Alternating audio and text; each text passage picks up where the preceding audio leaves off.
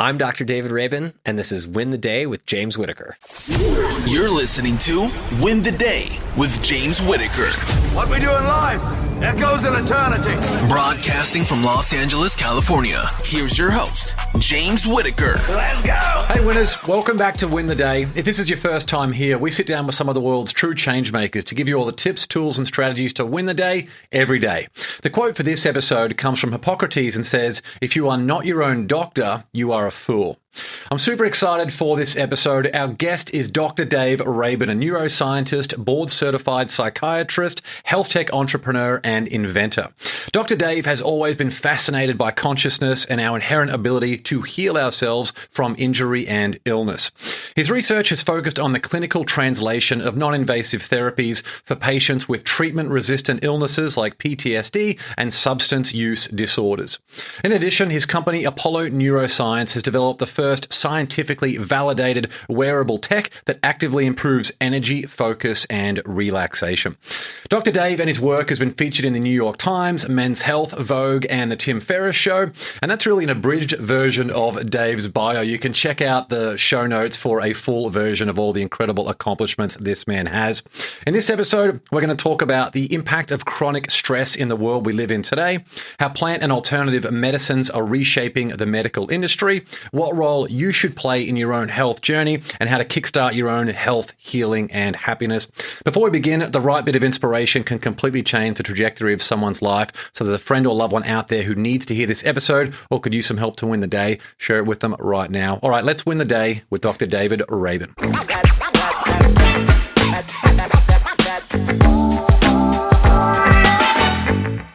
Dave, how are you, my friend? Thanks for coming on the show. I'm doing well. Thanks so much for having me. We've been trying to do this for a long time. We have. And I feel like you're just going from strength to strength in your career. So I know we're going to have an amazing conversation today. Definitely. To kick things off, was there a story of struggle or success from when you were younger that helped put you on the path you ultimately went down? That's a good question. It's a mix, right? Our whole lives are kind of up and down. Pendulum swings in both ways, right? So you have struggle, you have success, and ideally they're balanced, right? And ideally struggles eventually over time, as we learn to grow and adapt them, turn into success and transform into growth, right? And I think for me, the thing that I think about that was most challenging for me growing up, was two things. The first of which, when I was very, very young, like many of us, I had very vivid dreams. So vivid and so real that at times I really struggled to identify whether they had happened, that the events had happened in real life. And, I would be like, I don't know, between 4 and 7 years old, I'd be talking to my brother or talking to like a friend from school, and I would mention something that happened. And they'd be like, "What are you talking about?" And I would instantly recall that this did not happen in this waking life. It happened when I was dreaming. And I was like, oh, that's so strange. And that I would confuse those things, right? Why would that happen? And I didn't really have anybody to talk to except my parents and about this. And so as I started to get older, started to have more like scary dreams, nightmares, as kids often do.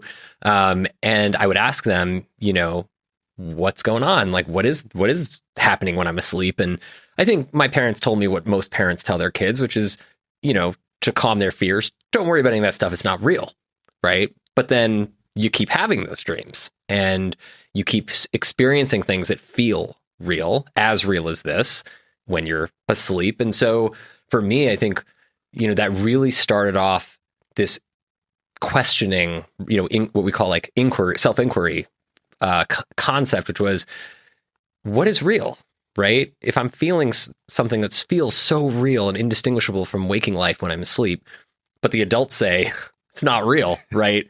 Maybe we should be questioning what the adults are saying, right? And that caused me a lot of trouble over the years. For sure. I was going to say, good to recognize that from an early age, but yes, would lead to a little bit of trouble along the way. Yeah, and I think, just growing up Jewish in America, I think we have a culture that I think I was talking to my wife about this yesterday. We have a culture that is very focused on questioning everything, right? Not to be a jerk, but just to understand why, like the reasons behind doing things. Even when we go, like our religious experiences, like when we grow up and we go to synagogue or our equivalent of church or the holy, our holy place on Saturdays, people in the audience are encouraged to argue with the rabbi, right? The teacher. how many other religions encourage that kind of engagement? They're all about conformity, right? Publicly, right? Yeah. Yeah, it was very interesting. And I didn't realize the impact of that until later, but ultimately I think that idea of questioning and that creating space where it's safe to ask hard questions actually was extremely beneficial to my development as a scientist, as a researcher, as a doctor, because as soon as I started to see things that didn't make sense in any way, I would just ask why and then start to dive in and dig a little bit, right? Or pull on the threads and see, like, where does this lead? Why is it that everybody thinks they know the answer to this question and they're giving the same answer, but that doesn't, like, they don't line up, right? There's something missing here. And I think that, again, was really helpful to me. But to answer your original question of what were the challenges, that was a huge challenge because most adults don't like being questioned about the way they've always done things, right? Whether you're a school teacher or you're a parent or a doctor or anybody, when people, especially young people, kind of just come up to you and say, like, why are you doing it that way? Why are you doing it that way? We make jokes about this all the time, right? And I think that did actually, while it did dramatically help my growth of my own brain, personal development, it definitely caused challenges for me because people were like, who's this annoying kid always asking why about stuff all the time, right? But ultimately it worked out. So how does a religion, this is not where I thought it was going to go to begin, which is great. I love it when exactly. I love it when these things happen. When you're trying to tell an individual that you essentially need to not necessarily conform, but this is the way it is in terms of some religious tenets, some religious teachings, yet at the same time, you as an individual, you're trying to allow as much creative expression and critical thinking as possible. How do you sort of unite those things to keep everyone together?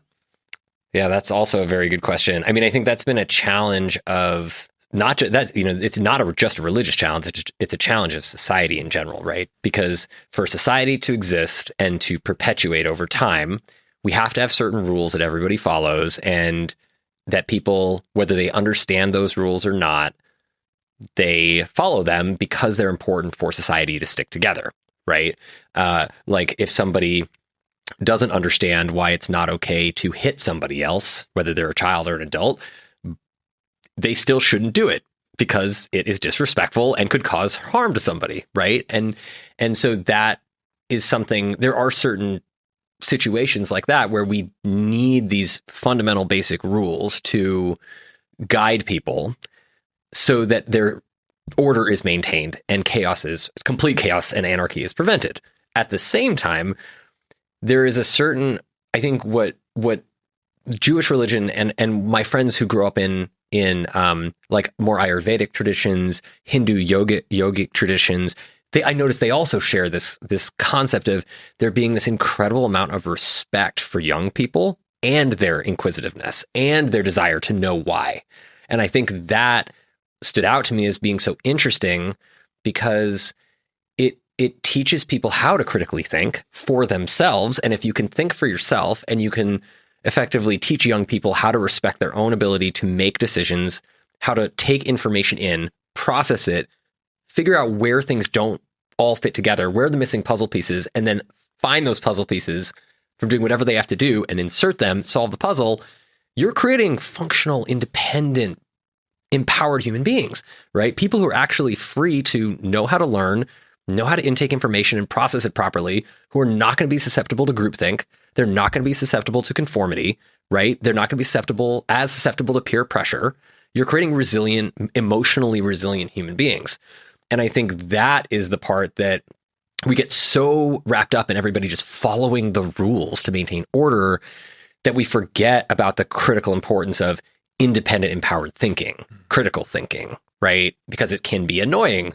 So I think we need to remember that as much as it can be annoying to have to answer questions for people all the time, that's how we teach each other. That's how we empower each other to really be our best selves, is by helping people feel safe to ask the questions. And I know you've done that in a religious sense. You've done that with the other doctors and physicians that you're around. You've done that in so many other areas of your life. Is it easy for you in the networks that you're in to be able to keep emotion like of other people? Does emotion come into it very often, or is it very well separated with the work that you do and the people you're around? So, well, I think therapy is a really good example because I'm a psychiatrist, but I'm an unusual psychiatrist in that I do mostly talk therapy with people. I prescribe only when needed. Of course, I do have a general adult psychiatry practice, so you have to prescribe sometimes. But we try everything else first and least amount of side effect interventions first. And therapy is a really, really great teacher and as a way to understand what we have to do to be impartial and to understand our emotions as signals that are not good or bad, right? So think about that for a moment. This is one of the most common misunderstandings of emotions, is that emotions are instantly judged as soon as we feel them. If it's anger, sadness, etc., something that feels unpleasant, it's bad, right? Or something that we were told we were not supposed to feel as kids, right? It's not good. And if it's something that we were told we were supposed to feel as kids or it feels good, bring it on, right? Let's seek more of that. But that's us judging the emotion. The emotion is really just a signal. It's not good or bad. It's just a signal. It's just something coming in that's saying, hey, you should be paying attention to this because this makes you feel upset or angry or happy or joyful. You should pay attention to this. And there's a signal there. It's trying to teach us something. And in therapy, we learn this technique called observer mind, right? Which is basically just undivided listening without judgment, without expression of emotion, with just watching and listening and making sure that you or whoever it is that's on the other side of the conversation feels heard and seen, and that I am just taking it in without judging you, without putting any of me on what you're expressing. And then all of a sudden, we have a really meaningful interaction, right? Where we both are learning from each other because we both do that same thing for each other. And so I think a big part of it is, how do we help people understand, which is a huge part of my career and something I really love. And one of my core passions is all of these things we're talking about, like what are emotions really, right? They're signals. They're not good or bad. Neuroscience has proven this. Psychology research over decades has proven this. We have really done a terrible job of translating that, which we have spent billions of dollars over the last 100 years proving to the general public for everybody to understand. So how do we start to take that information and then distill it down so that, you don't have to go to medical school or graduate school or any school necessarily to understand how to interpret your emotions? You're a human being, right? We should be teaching this to kids at the very beginning, how to breathe, how to think, how to feel, right? And then how to self-soothe, right? How to take care of yourself. And all of a sudden the emotions become a tool that is like a superpower rather than something that starts to hold us back in all these different ways in our lives. And you look at the ways that, all the technology and information that we have access to, it is time for a massive disruption into mental health. And a question I wanted to ask you, what are and obviously feel free to answer this as deeply or as surface level as you want, but what are some of the most pivotal moments from your own health journey? Some of those pivotal moments. I mean, I think for me, a lot of it was the anxiety of, very, very realistically, very candidly, it was like the anxiety of growing up Jewish in America in a world where I hesitate to bring religion into it, but it's hard to separate, right? Because it's also a culture. And, anybody who has not grown up Jewish doesn't necessarily know this, but when you grow up Jewish in America, you are taught about how the world has tried to kill you and all of your family and ancestors for thousands of years, which I think in a lot of ways is similar to growing up as a person of color in America, right? And studying slavery. It's you learn from a very young age that we have a really, or as an indigenous person, right? You learn that there's this really traumatic, aggressive history that involved one group of people trying to exterminate over and over again another group of people. And when you find yourself to be of one of the minority groups that was trying to be exterminated by the rest of the world, it creates a communal trauma, for lack of a better way of describing it. It's like it creates a lot of anxiety and a lot of fear of not belonging, a lot of fear of not being accepted by your community, a lot of fear of trust, right? Because when we learned about the Holocaust, one of the things that was emphasized so much to us, and this is to like us as like 8, 9, 10-year-olds, was that our own people were hired to turn us in. And they did.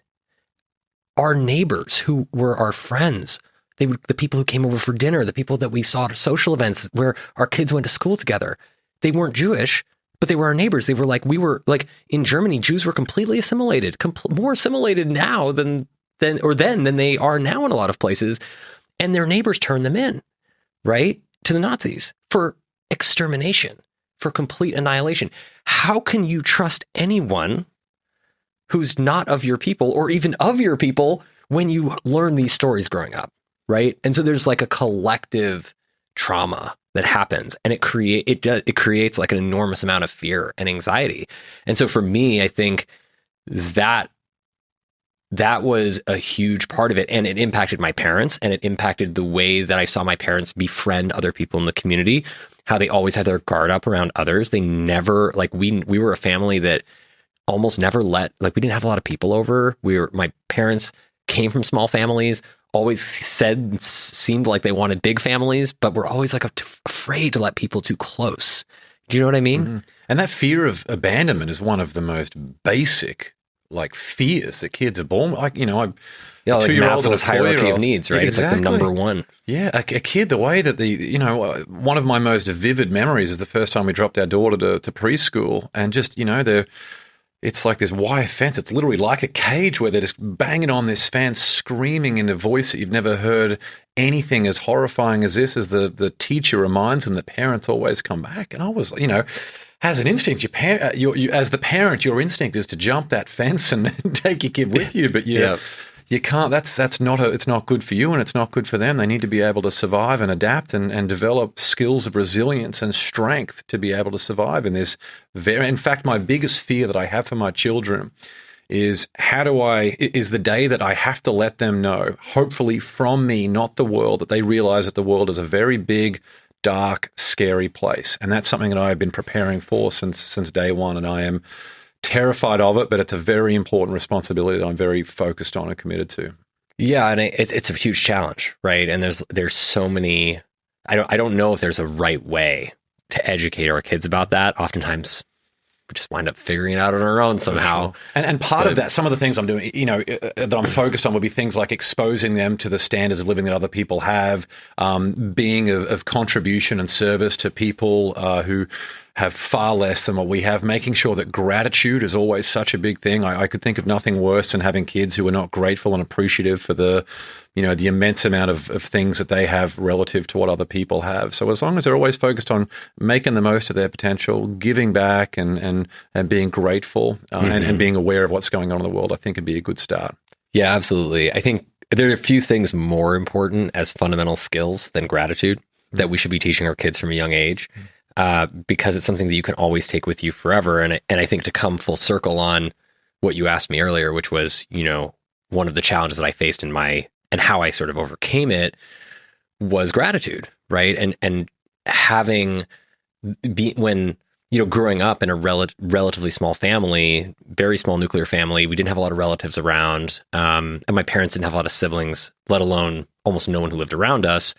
And we didn't have a lot of close friends. And so for me, a lot of the way that I started to help myself overcome some of that collective trauma was prove to myself that I could trust people, right? Prove to myself that I could safely allow people into my life who are close friends that would not take advantage of me, that actually did have my best interest at heart. And so I basically set out on a mission to find those people. I was like, I don't believe I believe my parents in that the world is a dangerous place. We were taught about it from a very young age. However, I also believe in the goodness, and I think even if you go back and read the Old Testament, right, God threatened to destroy, in Genesis alone, God threatened to destroy the earth and all of humanity like multiple times. And there was always one human, at least one, who stood up and said, no, you have to save humans. Like there's a sparkle of hope in there that we are amazing and that we are worth saving, right? And I think we see those sparkles all around us all the time, right? Through the practice of gratitude. Like gratitude helps us to walk down the street and see all the beauty rather than focusing on all the harshness and the things that make us afraid and uncomfortable. And then as we learn to practice gratitude, we actually train ourselves to self-soothe through discomfort, which is one of the single most important skills that we can ever develop as humans, but is best trained when you're a young child. You start to feel upset, uncomfortable. Don't run from it. Don't avoid it. Let's figure out how to sit with it and soothe ourselves and show that, as you said earlier, right? If you're your own doctor, kids can learn that. Kids can learn how to take care of themselves through breath and through soothing touch and through mindfulness techniques and all these different things that are way harder to learn as an adult. But gratitude's at the core. Yeah, absolutely. From all your work in mental health, what insight or discovery has amazed you the most? Oh, there's been so many, like really so many. And I still learn new things every day from both my patients that I work with, who have taught me so much, and also just life and being open to learning new things. I think I'll give you at least one, and then we'll see where this goes. Right.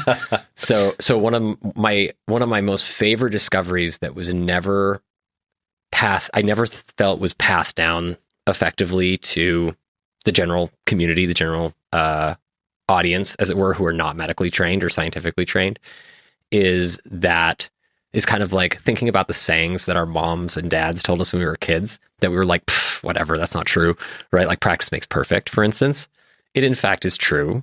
Eric Kandel won the Nobel Prize in 2000 for discovering, who's also a Holocaust survivor, won the Nobel Prize in 2000 for discovering that, in fact, practice does make perfect. There's no such thing as perfect. So we'll say practice makes mastery, right? And whether you are training things consciously or subconsciously, meaning you're like doing something on purpose because you want to get better at building muscle, or you want to get better at practicing gratitude. So you practice more gratitude for yourself. All of a sudden you feel more grateful more of the time. You're training those neural networks to become stronger. And similarly, if you practice thinking about yourself as a crappy person who's unworthy of love, the more you think about yourself that way, the more we literally rewire and train our brains to default to think about ourselves that way. And that's really, really interesting, because that means that the things that we do and the way that we think, even about things like our emotions, is good or bad, are all learned behavior, right? That means it's not personal. It's just what people taught us or what we learned growing up. It's learned behavior. And if it was learned, that means we can learn and automate a different behavior once we are aware that we've learned something that isn't serving us. And that is a huge component of the way that a lot of different psychotherapy practices work, but it's just not taught that well from the neuroscience perspective. But the neuroscience is like, it's undeniable at this point. And what's even more interesting about his discovery, that was one of my most favorites, and this changed learning about this and reading his autobiography, which I highly recommend. It's called In Search of Memory. You don't even need to have gone to college to read this. It's an incredible book about his whole life and how he, leading up to the discovery that won the Nobel Prize. And what's so fascinating is the way that we learn about anything, safety, fear, everything else in between, is the same way that ancient primordial sea snails learn. Same way, same biological mechanism that's happening for them with fear and safety as it does for us. And they're 300 million years older than us. So it's like, once you understand there's certain hardwired pathways in our bodies that are literally so hardwired they can't change, it gives you a completely new perspective on how we cope with stress, how we respond to stress over time, what chronic stress does to our bodies, and how we learn, which it completely shuts down learning, and why safety is so important to promote learning, neuroplasticity, emotional and physical and mental well-being, right? So it changes everything. You can see the challenges then with trying to fight that.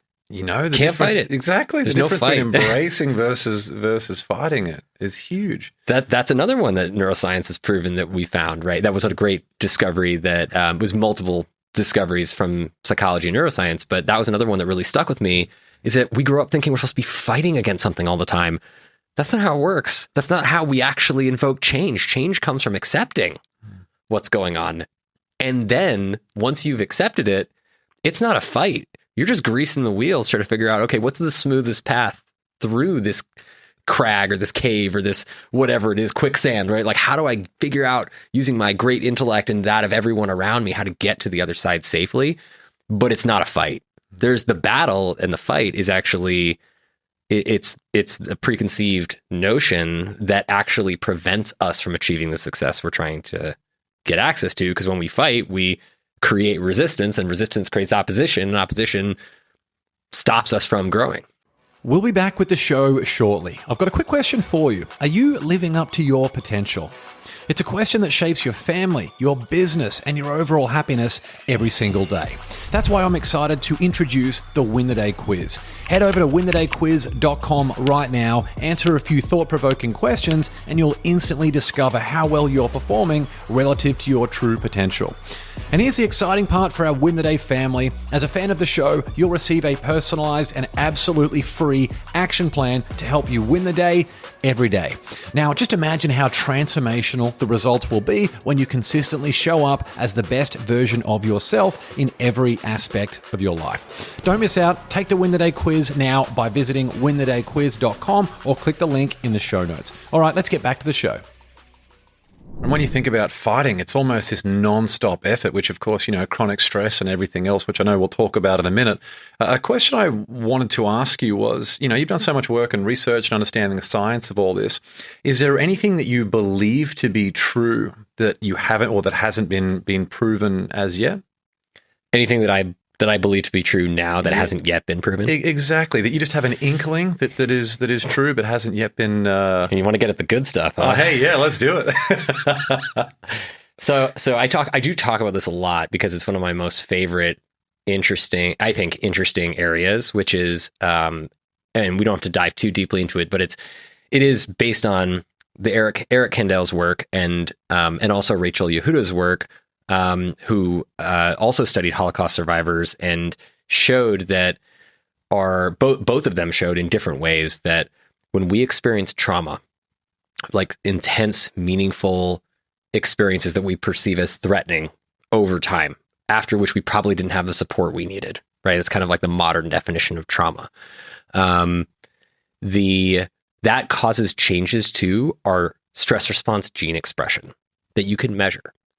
And that if I am experiencing trauma and I haven't resolved or processed that trauma fully, that trauma is changing my stress response gene expression and what's called the epigenetic layer, which is the layer of code that's on the DNA that tells the DNA basically, which is the same in every cell of our bodies except sperm and egg.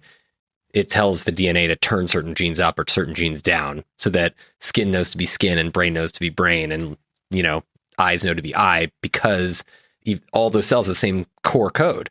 So the epigenetics say, turn eye up and eye and turn down skin and brain, right? Does that make sense? Mm-hmm. So trauma causes changes to that layer on stress response genes. And if I don't do anything about it, I pass that down to my children. And then they pass it down to their children. And of course, there's an environmental component of trauma, like I described earlier, with seeing the fear in my parents made me afraid, right? But there's also another layer that's happening where they have a change to the way their stress response system's functioning at a core level. And that actually gets passed down, which was not known before, that was even possible. I think Rachel Yehuda was one of the first people to ever prove that. And it was an actual fight for her to prove to the world that was what was happening, because that went completely against the theories at the time. So I had a theory after reading her work and studying Eric Kandel that if trauma is like one or multiple intense, meaningful, threatening experiences over time, and what could heal trauma? Because we know that certain techniques heal trauma, for example, like MDMA-assisted therapy, which just completed FDA trials, for phase 3 trials, has the best treatment responses for trauma that we've ever seen in the history of psychiatry for any mental illness. 88% response rate in the phase 3 for treatment-resistant, treatment-refractory patients. And people continue to get better after the treatment has stopped. We've never seen anything like that before. And what would a treatment window look like? It's 12 weeks, 3 doses of medicine, and 42 hours of psychotherapy with 2 therapists. Always supervised, is that right? Always supervised. And that's 42 hours though. And people go from 17 years average of never getting better, trying everything, to 55% getting better at 2 months out, to 67% getting better. And by better, I mean entering near complete remission, no longer meeting diagnostic criteria, at 1 year out, 55% goes to 67%. No additional treatment. And if We've never seen that before, ever, right? And MDMA works by inducing safety states in the body. That's like molecularly what we know about it, how it works. So I thought, seeing that, I'm like, well, if this is how this is working, and eye contact and empathy are based on safety, and our whole patient-doctor relationship is based on you feeling safe with me in the office, which is why you tell me your deepest, darkest secrets. Because if you didn't feel safe, why would you tell me any of that stuff? Then maybe there's something going on here with the safety pathway that we really haven't looked at, and maybe safety is required for healing, true healing. Ties in very nicely, yeah. So that was a theory that has been kind of around for a while, but never really brought together in a cohesive way. And so I firmly believe, going back to your question, that safety is at the root of healing, and that we can't heal unless we feel safe, because our recovery nervous system won't function if it thinks it's under threat. It shuts down under threat. So I had this idea that perhaps you can actually reverse trauma all the way down to the epigenetic code and the way it's recorded on our DNA with radical safety states. Why not, right? If trauma is radical fear, why can't radical safety reset that? And it turns out that it does. And we just published a small pilot trial in February studying the folks with PTSD going through the MDMA-assisted therapy protocol. That was the first first study ever, but we had a large enough sample to show statistically significant repair or remodeling at the cortisol receptor in the epigenetic layer that related to how much better people got. So it literally, the radical safety state is impacting the way our stress response system is working all the way down to the DNA. So if trauma is on a spectrum from 0 to 100, what would be the level of trauma on average that those people would be at? Of those people? Yeah. I mean, they were as traumatized as you could get without committing suicide. Like, these are the people who are the most sick, some of the most sick people that were, I would say if you say 100 is somebody who is the most severe PTSD that is not able to live independently. So they're like so sick they have to be hospitalized. These people were so sick that they were not able to work jobs regularly. They were not able to have regular social relationships. They were constantly in mental, physical, emotional pain, but they weren't in the hospital. So they were out in the regular world, but really, really struggling. So I would say they're probably 80 to 90, somewhere in there, the most severely ill. So that was a really interesting population to see get so much better, because Western medicine has basically given up on these people, which is really shame. It's so weird coming from Australia over here, where you see the advertising direct to consumer. And I know there's various opinions on that, if there's something that perhaps someone's not aware of and all that. But when they read through the list of symptoms and everything else that can go wrong, I don't even watch that much TV, but if something's on in the background, you're making a meal and you hear them run through this stuff. It's wild. Then you go to the pharmacy. I feel like you get sick when you walk in the door and you see all of the products that they have for sale. Are any of these just compared to what, it's absolutely mind-boggling. I think it's US and New Zealand are the two countries in the world where you can advertise pharmaceuticals direct to consumer. Direct to consumer. Yeah. Yeah, it's very strange. I think most doctors who practice medicine who don't work directly for big pharmaceutical companies have never been a fan of that, because why should the patients or individual consumers who don't know anything about these medicines be suggesting their own treatments, right? It doesn't really make sense. But what ultimately has happened is that, unfortunately, doctors have only so much time to spend with you. And if you're going to spend that time talking about a treatment you saw on TV that you really want, and they can prescribe it to you and make you happy and get you out of the office, and you could do a trial, and even if there's side effects, people will want that as the outcome, even because they don't know, they just don't know. I can't tell you how many people come to me and regularly ask for prescription medicine that is blatantly harmful to them because they've heard from another person or on TV that could solve their problem. And they just don't realize that could actually be something that sets off an addiction or dependency or creates some terrible problem that would be actually much worse than what they're struggling with right now.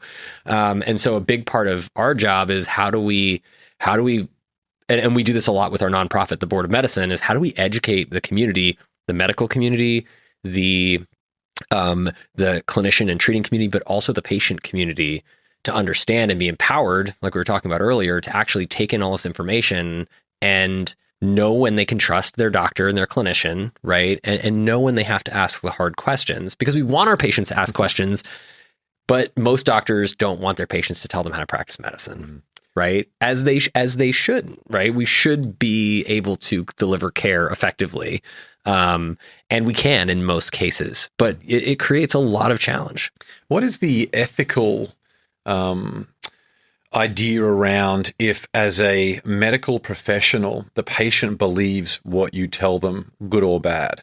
If you could give someone a false positive label that's actually going to give them a better chance of healing from what they have, versus, I know a lot of medical professionals do things because they have to cut, they're worried about liability and all of those different things as well. Like, is there a world at some stage where a false positive label is applied? Like a placebo? Exactly, yeah. It used to be done all the time. One of my colleagues, who was an anesthesiologist in the 70s and 80s, they used to call it the placebo, and it worked, right? Because they're telling somebody it's going to make them better, but it's just sugar water, right? Or saline, salt water, can't hurt them, but they're in pain. Give it to them. They don't actually have a reason for the pain that's identifiable to give it to them to get better, because the mind is a powerful thing. I think we often, like, this is one of the things that's also most poorly taught in medicine and into the general public, which is that the placebo effect is actually the effect of belief that something will or will not work for us. And it has nothing to do with medicine. It has to do with belief that something, anything, whether it's going for a run, whether it's taking a bath or a shower, whether it's taking a pill, any of those things, it's belief that it will or will not work. And to give you an idea of how powerful the mind is at changing an outcome, you can give people a mental health medication. You can give people a physical health medication, and the placebo effect is thought to be like somewhere between 20 and 30% of the effect. The belief in whether it works or not, 20 to 30% of the effect. That jumps up to 30 to 50% for mental health medications. It's even higher when people believe that something won't work, which is called the nocebo effect, right? So if you believe that something won't work, you can shut it down almost every time. I've seen people shut down full doses of ketamine, like full doses of ketamine that would knock anyone out for a psychotherapy session, that would take anybody into a deep meditative state. I've seen anxious people who just are so uncomfortable with letting go of control of the situation. They're like, I don't want it to work, and it doesn't. And they're completely intact, conscious the whole time. It's incredible. I've seen people shut down lots of other medications. I've seen red pills, and this is one of my favorite studies. Red pills work better than blue pills. They're the same contents, but people believe that red pills mean therapeutic, more likely to be the thing that they're supposed to be making them better, and they work better, right? So yes, this happens, and I think it's the most important thing is, how do we educate people to understand the power of belief and align your actions with your intentions in the healing process. Right? With all of the stuff that you've just spoken about there, do you have any idea how much of our brains we're actually using then, or how much we're scratching the surface on what's possible, and what even can people do to get closer between the performance they're doing today versus what they could be doing based on their potential? So I love this question, and I generally start all of my patient encounters with new clients. I always start out with asking them, if they haven't asked themselves this question yet, I ask them the question, which is it possible that who you know yourself to be and what you know yourself to be capable of in this life is not the complete story? Just that simple question. It's not all we're asking is it possible, right? Can you accept that it could be possible? And almost everyone can say, yes, it's possible, right?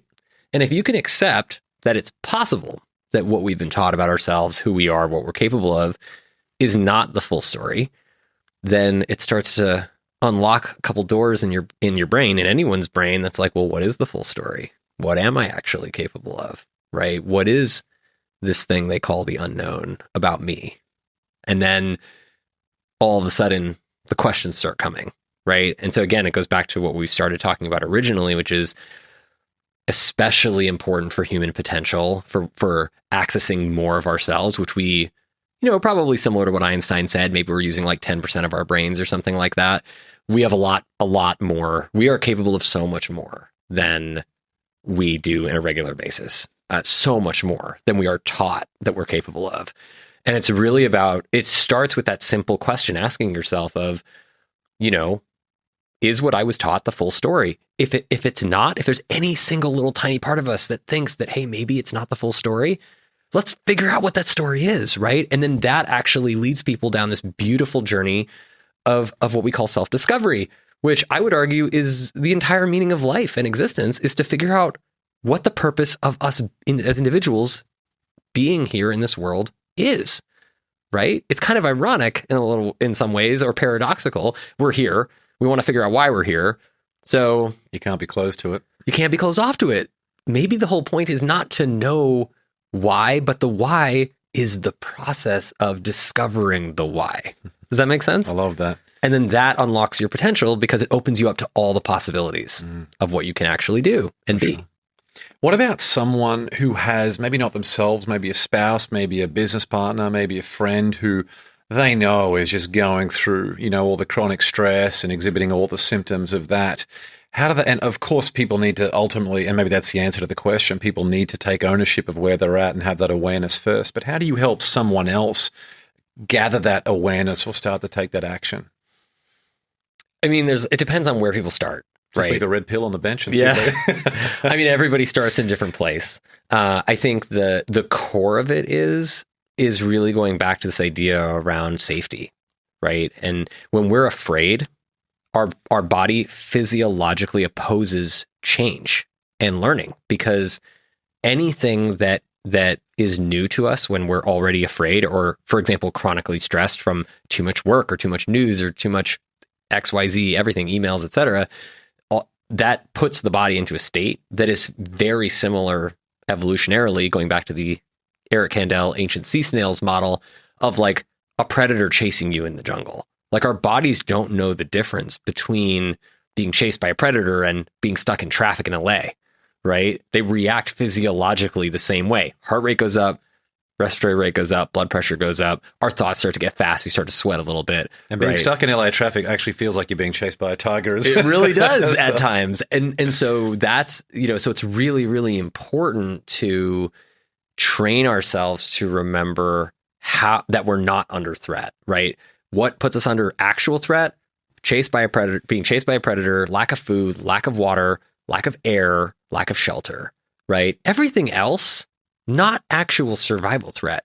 Being excommunicated by our community, yeah, that also could be considered a core survival need. But other than those like 5 things, everything else is considered to be not actually a real threat, not a real survival threat.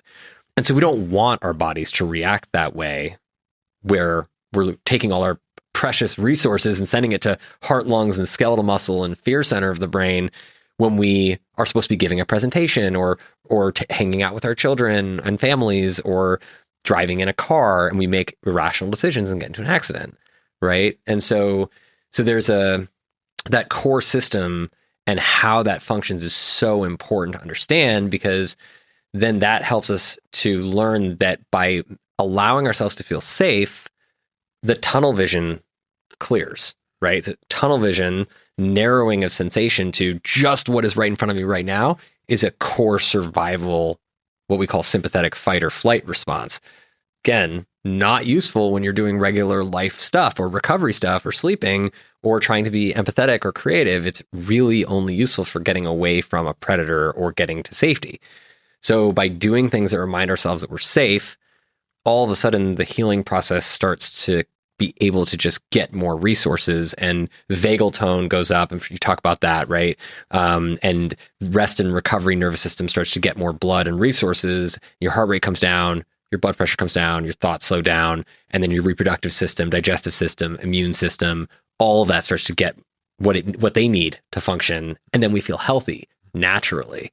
So it's the safety, and that's, again, something that just wasn't well taught, but that safety is the core of how we learn new things. And so if we don't feel safe enough to settle down and be present, because we're so focused on protecting ourselves from the future or from past threats, then we can't learn new things. And the things we try to learn don't stick because our brains are focused on other things, right? And not to mention, as part of that, like, if you look at where the attention is going now, everyone is buried into a phone, constantly. Video games are a massive industry in themselves. And then if you look at the most visited websites, currently, they're social media platforms that have got these really fast-paced videos that everyone's scrolling through. It's porn sites creating this unrealistic picture of intimacy. Mm-hmm. Like, what should people be doing in terms of embedding into their daily routine so they can start to implement some of this wellness and health and recovery and healing that you talk about? So I break it down into 6 things that it's really 4 that you can do anytime, anywhere you are, and then 2 that are really equally important, but usually require you to kind of like be in your own space. Not always, but they are intentional breathing, intentional listening, like listening to music, listening to anything, just tuning in, listening, intentional touch, soothing touch, intentional movement are the first major 4, which you can do at any moment. And the reason why these 4 are so important, breathing, movement, soothing touch, and listening, is because each of those activities reminds us that we are in control, right? They're things that we have control over at any time, unless we're actually in a real survival threat situation. So it instantly shows you if you can do those things, if you can stop and take a breath, you can stop and wiggle your arms around or do some stretching, dance. If you can tune your mind away from whatever it is you're doing and listen to something else, or you can touch yourself or give somebody a hug or receive a hug, you're safe instantly. And then you can express gratitude, going back to what we were talking about earlier, for regaining control over your attention, which is the gateway to our consciousness. So you show yourself you're safe by doing a safety control practice, one of those 4, and then in any situation, any moment, totally free, right? Most economical healing ever. And then over time, you're retraining your brain to master safety control techniques, which the more you spend time thinking about, this is another great thing from neuroscience, the source of anxiety. This is one of my favorite things that I learned through my training and through my work with my patients. The source of all anxiety comes from spending time thinking about things we don't have control over. Right? So what's the antidote to that? Spend time thinking about things you have control over. Movement, touch, listening, breathing, right? And then the last 2 that are critically important on more of a long-term basis are rest and sleep and nutrition. What we put into our bodies and how much real recovery time we get, because sleep is like our single most important recovery time. So by making sure that we prioritize those 6 things throughout the day, every day, as much as we prioritize practicing this or texting or whatever it is that we're doing, watching movies, playing video games, looking at anything on the internet of things, right? If we prioritize those control safety techniques, then we are building resilience. We're building our emotional muscles, literally like going to the gym, but you can do it anywhere you go. For someone who's dealing with like a severe anxiety disorder, would all of those things work for them when applied consistently, or would there be another level of medication or belief that it has to work? Are they other things? Oh, I know it's probably a bit of, a million things you could include. But yeah, I mean, I think when you're talking about obviously the individual too. Yeah, it's very individualized, right? But I think the core of these techniques that's so interesting is that I didn't come up with them. They're things that came from thousands of years of Eastern tribal medicine and were echoed by Hippocrates, right? Who you mentioned at the beginning of this show, which it was one of my favorite Western doctors, right? The founder of Western medicine, who had so much to teach us. And so I think the core concept, and again, reaffirmed by Eric Kandel's Nobel Prize winning work about how we learn, is that it doesn't matter what level of sick or well you are, these techniques are critically important for managing anxiety. And anxiety is also not good or bad. It's a signal that's telling us to pay attention to something in the environment, right? If we judge the anxiety and say, oh, that's bad, I hate that feeling, then we're not actually taking the time to feel it and understand by feeling it what it's trying to signal to us. So if we understand that we can feel it safely and process it, then usually within 30 to 60 seconds, what is causing that comes to us. And the solution, therefore, also comes to us, which is, okay, I'm thinking about something I can't control. Let's redirect my attention to something I can. Let's take a deep breath. Let's go for a walk. Let's go hug a friend or get a hug from a friend, right? The solution becomes apparent. Let's solve X problem that is preventing me from feeling safe and in control. Of course, some people do benefit from medication, whether it's plant medicines or natural or standard prescription Western medications, depending on where you are at on the spectrum. But the beauty of these techniques is they work for literally every human being because we have so much more in common than we do different. And diagnoses are not for you.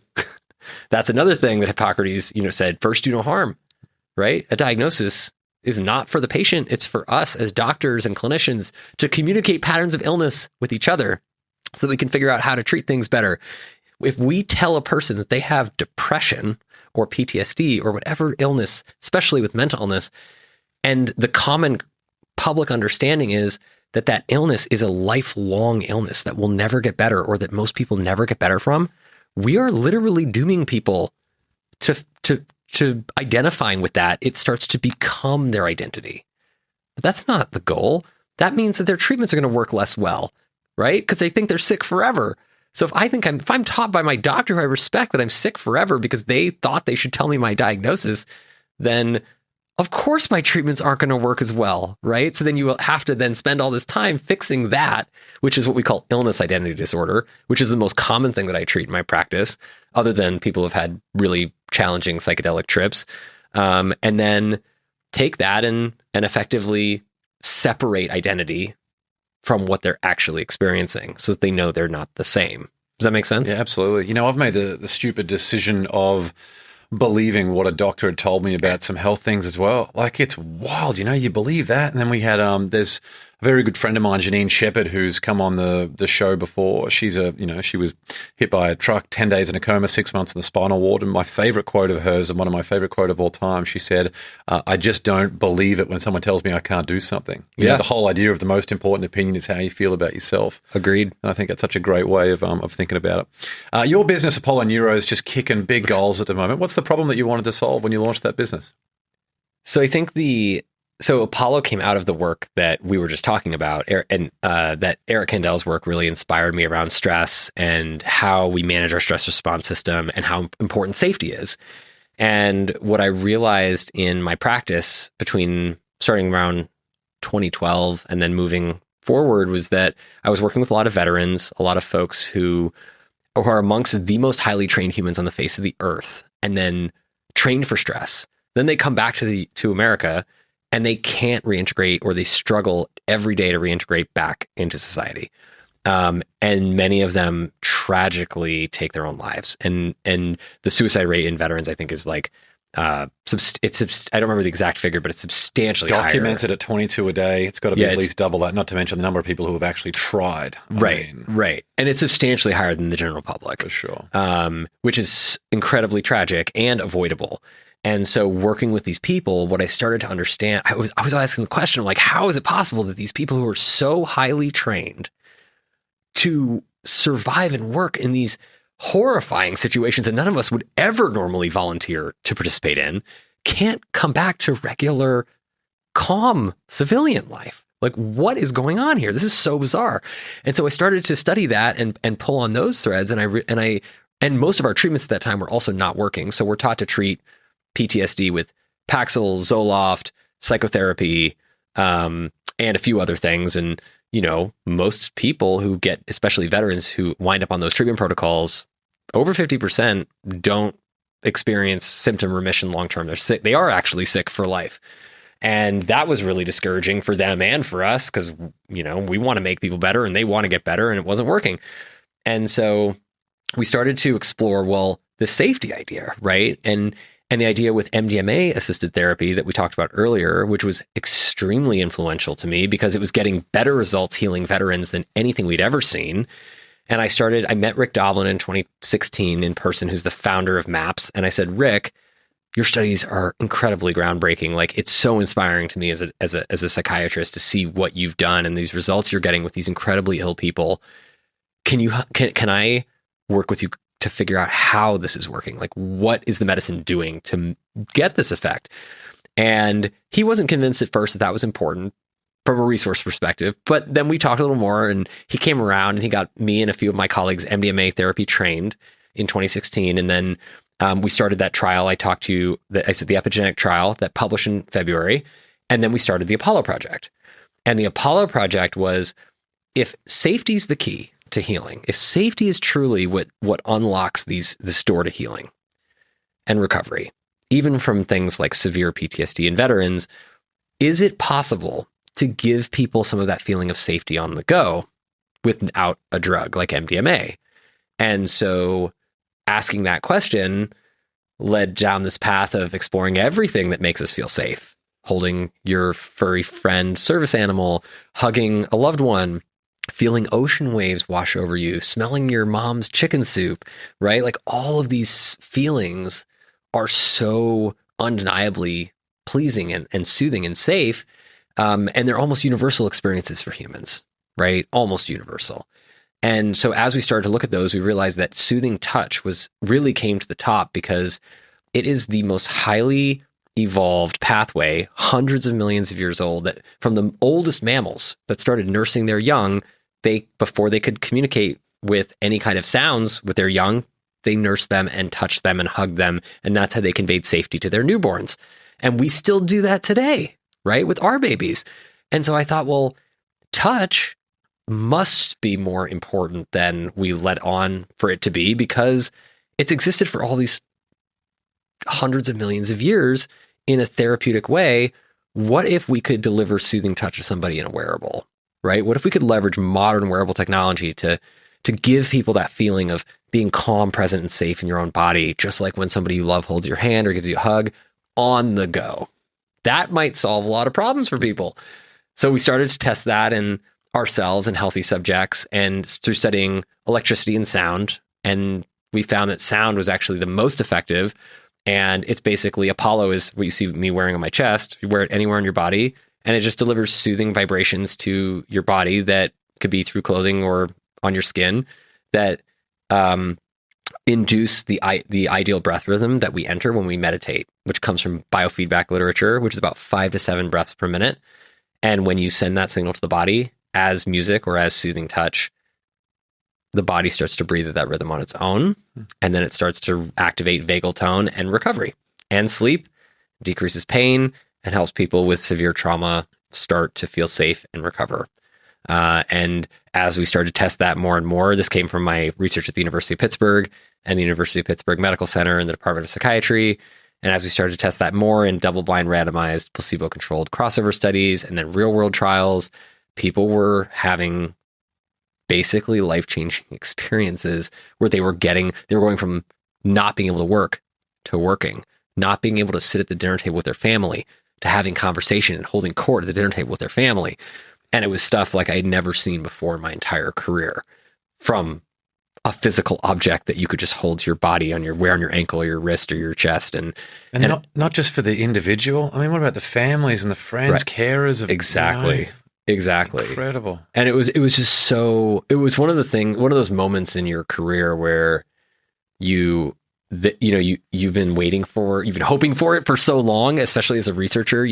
Most research projects fail. I mean, and by fail, I mean not necessarily total failure. Maybe they're successful and they demonstrate something cool, but they don't necessarily change the way we live, right? They don't change the way our friends and our communities connect with each other and really change society for the better.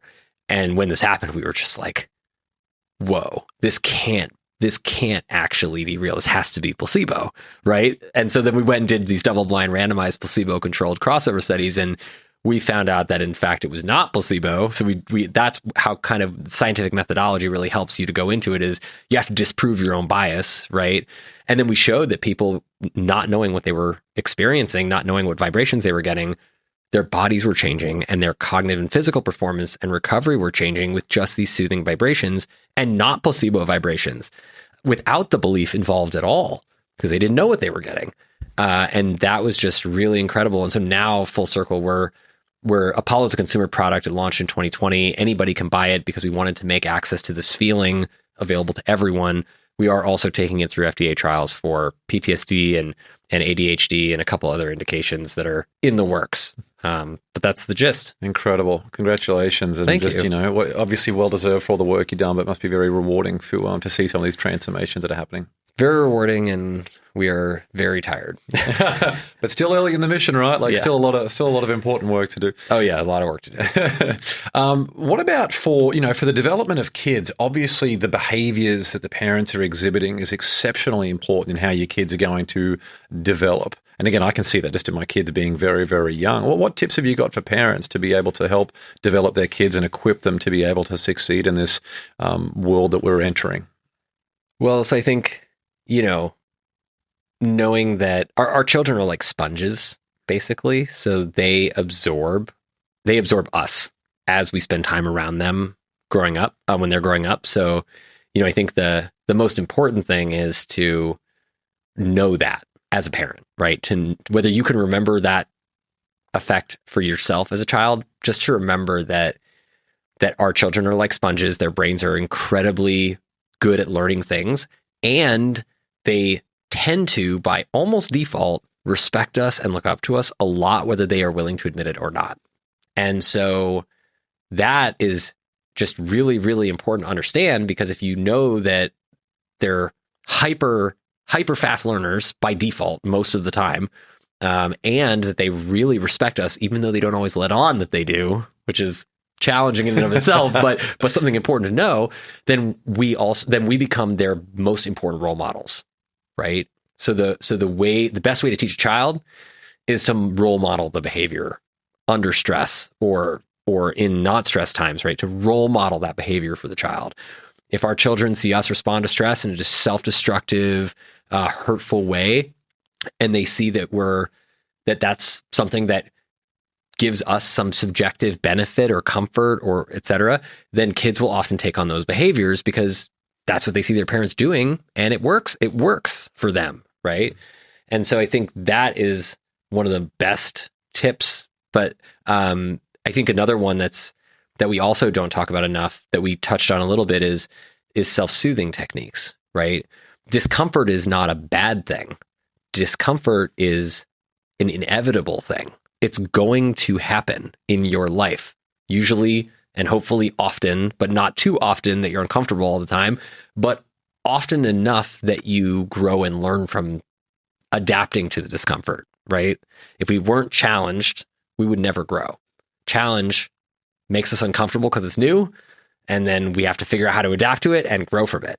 So creating safe space for our children, no matter what age they are, to be able to feel uncomfortable, and then helping kind of guide them to figure out how to feel comfortable in a situation that previously felt uncomfortable, could not be more important for our children's development, because it teaches them to self-soothe rather than every time they get upset, grab a phone and start doing this, right? Which is a distraction technique that is actually very disruptive to learning how to soothe yourself. Because when you grow up, and as an older adult, if you could just grab something like a phone and start scrolling on it every time you're feeling upset, then why wouldn't you grab a bottle of booze, right? Or why wouldn't you grab a cigarette, right? Like they're not that different in the immediacy of the effect, but they are the same in the fact that you're still not solving the problem that was causing your discomfort, right?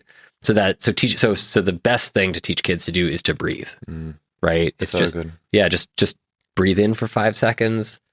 Breathe out for 5 seconds. And that's just that simple.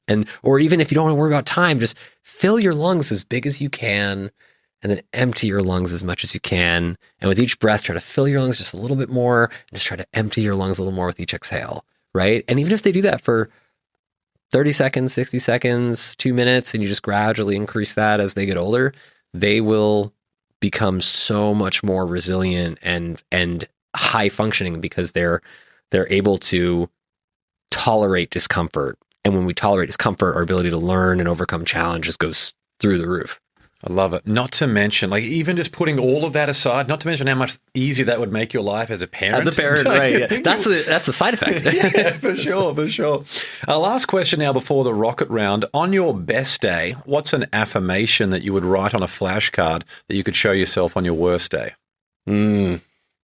I love affirmations. I don't repeat them as much as I probably should, but you might pull out a whole scroll. And yeah, right. Yeah. But no, I have a lot of them that have come to me over the years. I think one of my favorites, we were talking about acceptance earlier. One of my favorites is that Carl Rogers, always was a very famous psychologist, said that, I'm going to probably butcher this, but it was something to the effect of, to truly change, we must first accept where we are right now. And that becomes like the jumping off point for real change. Because if you haven't accepted where you are right now, then rather than trying to change, you're just going to spend all your time thinking about why you wish you were somewhere else, right? Or why you wish things were different. And that's not actually changing anything.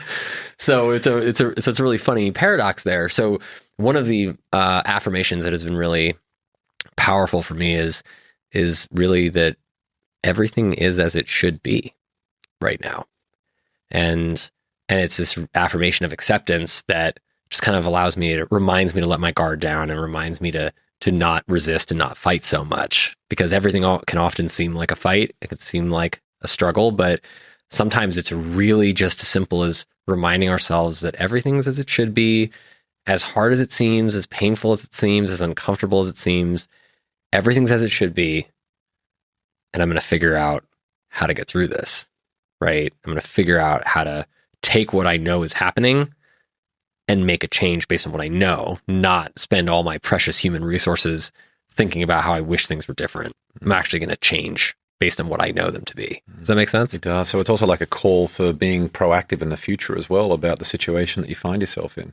Exactly. Hey, I'm here. I can do something about it now. Right. Right. Because all our power really lies in the present, right? It's an ancient Buddhist teaching as well, is that all of our power lies in the present. If we spend our time thinking about the past or thinking about the future, then we're not present. And if we're not present, we can't actually be intentional with our energy, because we're not here now. We're somewhere else. I love it.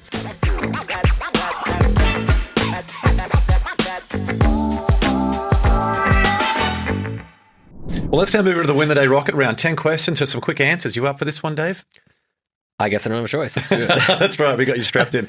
Number one, what quote inspires you the most? What quote? There's so many good ones. I know you've shared a bunch already. Would there be one you've already shared, or perhaps a new one?